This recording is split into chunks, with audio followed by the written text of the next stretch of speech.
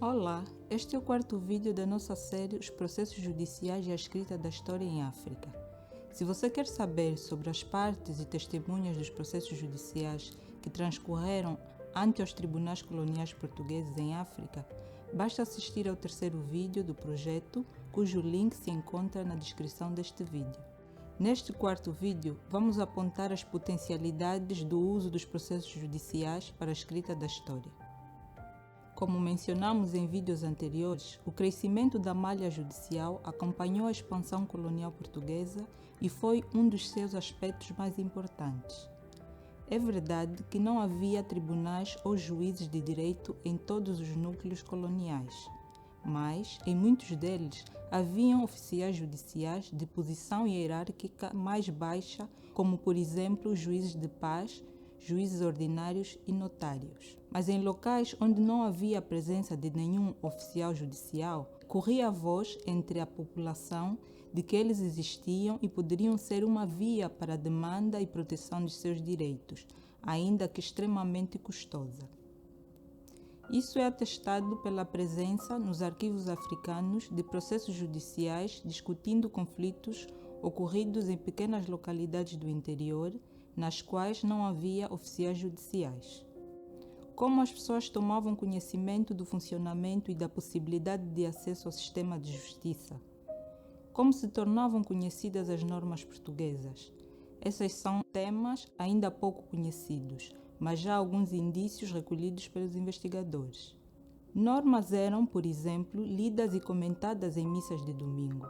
Também tinham seu teor fixado em prédios públicos, em localidades onde transitavam distintas pessoas nas vilas e núcleos coloniais.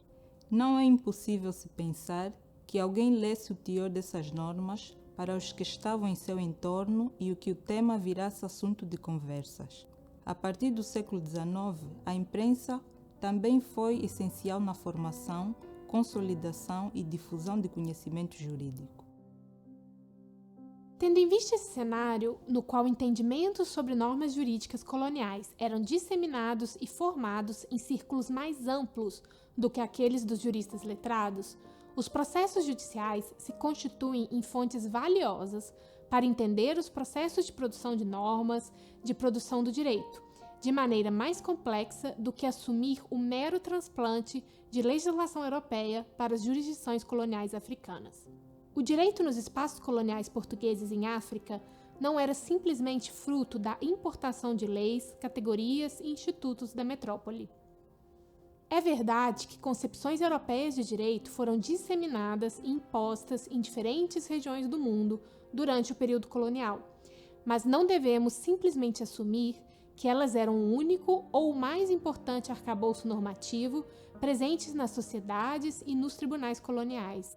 Como mencionamos no primeiro vídeo desta série, nos territórios da África colonial portuguesa havia sobreposição de ordens normativas e de poderes jurisdicionais. Os processos judiciais, apesar de terem sido produzidos por instituições coloniais, são uma janela para concepções e sistemas normativos não europeus. Vejamos um exemplo. Em 1866, o curador dos escravos e libertos de Benguela ajuizou, em nome de Bibiana Catumbo e Teresa Calesso, um processo judicial contra Luísa Bimbi. Ele requeria que Bibiana e Teresa fossem declaradas livres. Não vamos entrar nos detalhes do caso aqui. A referência a um artigo que traz uma análise mais detalhada você pode encontrar na bibliografia de suporte a este vídeo. O que queremos trazer é o fato de que Bibiana e Teresa haviam sido entregues a Luísa como escravas por Joaquim Quimpunduca, identificado no processo como Preto Livre. A questão é que, tempos antes do processo judicial, Joaquim estava amancebado com Mambela, escrava de Luísa. Porém, Joaquim bateu tanto em Mambela que ela faleceu. Após a morte de Mambela, vários escravos e dependentes de Joaquim morreram de varíola. Para frear o alastramento da doença, Joaquim entregou o gado e também Bibiana e Teresa a Luísa, como compensação pela morte de Mambela. Esse acontecimento, relatado quase que de maneira marginal no processo judicial, deixa entrever noções específicas sobre escravização e compensação de danos presentes na relação entre Joaquim e Luísa. Como processos judiciais foram produzidos por instituições coloniais, obviamente havia uma assimetria entre as várias normas jurídicas. Por exemplo, o juiz do caso não considerou as normas não europeias na hora de julgar. Porém, o processo traz a descrição de práticas e normas de escravização e compensação que ocorriam à margem do sistema europeu, o que é muito valioso para o investigador. Este é apenas um exemplo do potencial dos processos judiciais para a escrita de uma história do direito menos eurocêntrica, que leva em consideração outros sistemas normativos e como eles interagiam com o português. Os processos judiciais também mostram como as perspectivas de transplante da ideia de que o direito português foi meramente transferido para os territórios coloniais não se sustenta. Eles deixam claro que, ainda que de maneira assimétrica, houve entrelaçamento de diferentes concepções normativas nos territórios coloniais em África. Se entendemos a produção normativa como atribuição de significado concreto às normas, esse processo se dava como resultado da interação de diversas concepções, gerando significados próprios a cada contexto. É nesse sentido, por exemplo, que podemos pensar para além de fronteiras geográficas e perspectivas nacionais, trazendo novas perspectivas espaciais para a história do direito.